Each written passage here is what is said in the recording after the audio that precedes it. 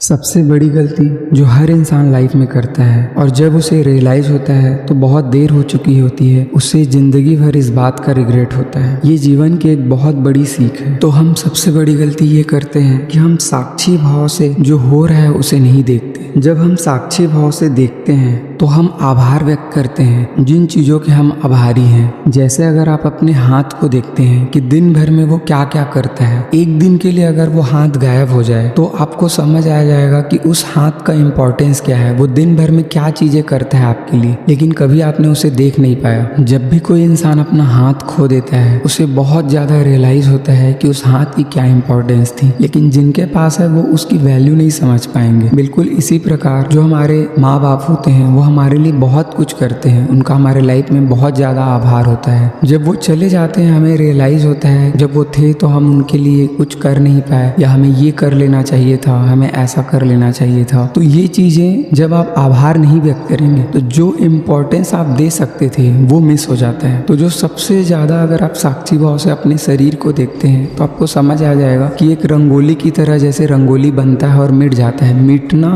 100% है, लेकिन आप ये समझते हैं कि जब तक वो रंगोली है आप अपनी पूरी शिद्दत से उस रंगोली को बनाते हैं, आपको पता है ये मिट जाना है। बिल्कुल वैसे ही आपका शरीर एक न एक दिन मिट जाएगा, लेकिन जब तक वो आपके पास है आपको उसकी वैल्यू समझनी चाहिए। जैसे अगर आप एक कार खरीदते हैं आप कभी भी उसमें मिट्टी तेल नहीं डालेंगे, अगर वो पेट्रोल से चलती है तो आप पेट्रोल ही डालेंगे। बिल्कुल वैसे ही जो ये शरीर है, इस शरीर का इम्पोर्टेंस बहुत ज़्यादा है, इसका एक एक पार्ट करोड़ों का है। जैसे अगर दुनिया का सबसे अमीर आदमी अगर वो बूढ़ा हो चुका है और वो चाहता है कि वो सारे पैसे लगाकर अपने शरीर को नया करना चाहता है तो ये पॉसिबल नहीं है। आप किसी भी साइंटिस्ट को चावल दाल सब्जी बहुत सारे खाने के सामान अगर दे देंगे और उसे बोलेंगे कि सिर्फ एक बूंद खून बना दे, तो कोई भी साइंटिस्ट खाने की चीज़ों को खून नहीं बना सकता। ये आपका शरीर ही है जो खाता है और खून बनाने का सामर्थ्य रखता है। तो आपका जो बॉडी है वो बहुत ज़्यादा इम्पोर्टेंस है, लेकिन लोग क्योंकि उसका इम्पोर्टेंस नहीं समझ पाते। जब वो बॉडी